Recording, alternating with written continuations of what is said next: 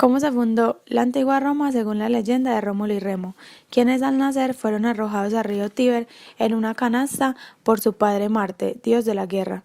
Recordemos que el río Tíber estaba situado en las 7 colinas. Allí una loba llamada Luperca se acercó a beber agua y los recogió y amamantó durante años. Fue su madre adoptiva humana. Fue llamada loba ya que así se describía a las prostitutas de aquella época. Años después, Rómulo mató a Remo y fundó la ciudad de Roma en Palantino, ya que Remo desobedeció y cruzó con desprecio la línea trazada por su hermano en aquella ciudad. ¿Cómo estaba conformado el gobierno de la antigua Roma? Encontramos que en su principio era un conjunto de magistrados e instituciones vinculados a su sistema político. Además de ello, la historia presenta 4 formas de gobierno. En primera instancia tenemos la monarquía, la cual abarca el periodo comprendido entre el 21 de abril del año 753 a.C.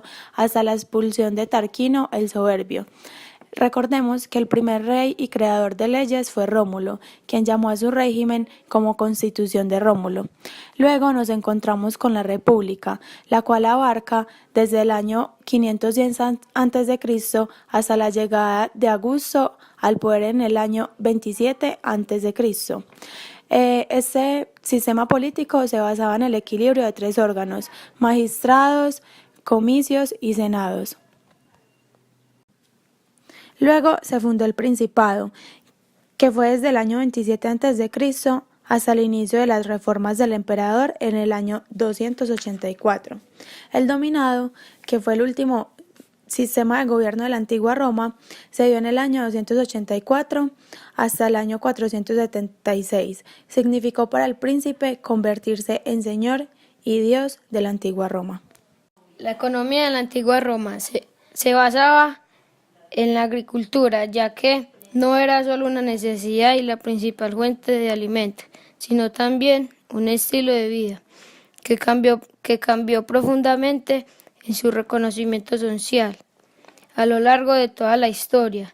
En un principio, la mayoría de los habitantes de las ciudades y poblados se dedicaban a esta actividad, por lo que era percibida como un oficio importante, pues aportaba alimento a la comunidad entre los siglos III y II a.C.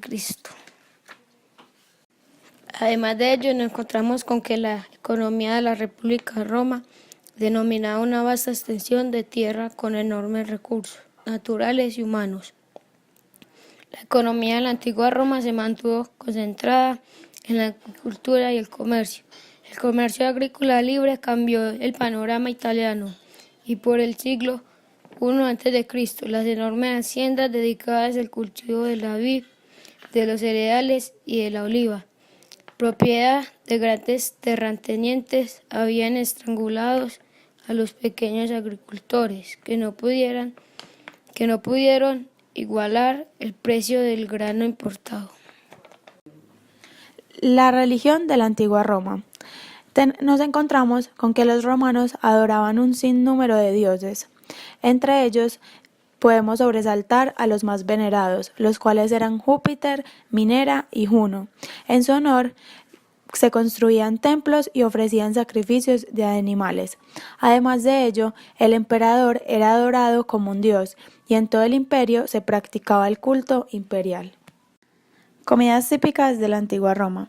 Los primeros romanos se alimentaron de alimentos tales como la papilla de mijo o guisantes, ganchas de harina de trigo y otros cereales. Y por último tenemos la polenta, ganchas realizadas con harina de cebada. Datos curiosos de la antigua Roma. Descubre algunos de los aspectos más extraños de una de las civilizaciones más importantes e influyentes de la humanidad.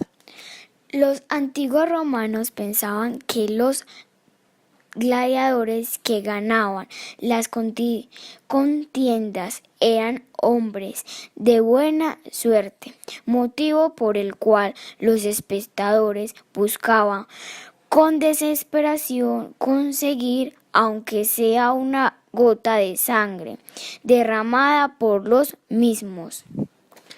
También se tenía la creencia de que el sudor de los gladiadores era un efectivo de belleza.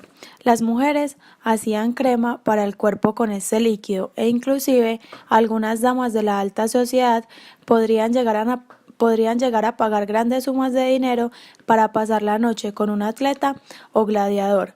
Como último tenemos Tanto las mujeres como los hombres de esa época se depilaban con cera o pinzas especiales. Los consideraban una cuesta de higiene.